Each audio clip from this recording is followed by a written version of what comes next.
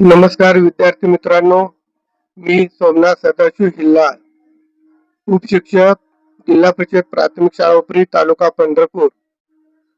मी आज इयत्ता 4थी वर्गातील बालभारती मराठी या विषयामधील उपऋतूंची माहिती आज आपण पाहणार आहोत.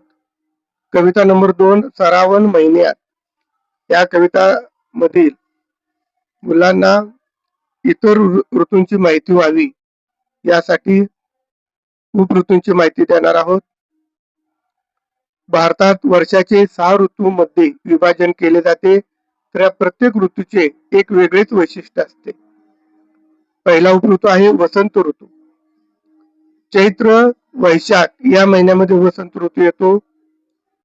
हवामान आल्हाददायक असते, झाडांना नवीन पालवी फुटते.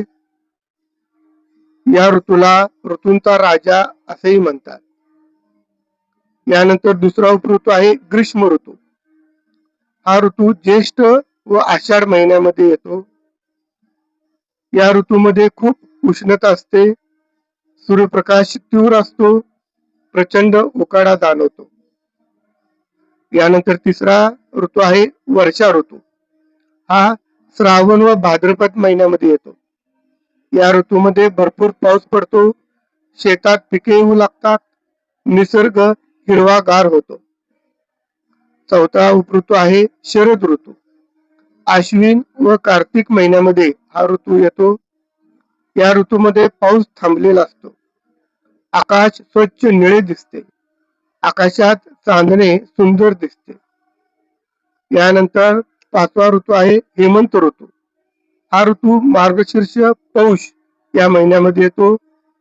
या ऋतूमध्ये थंडीला सुरुवात होते, वातावरण प्रसन्न असते, पहाटे दव पडते.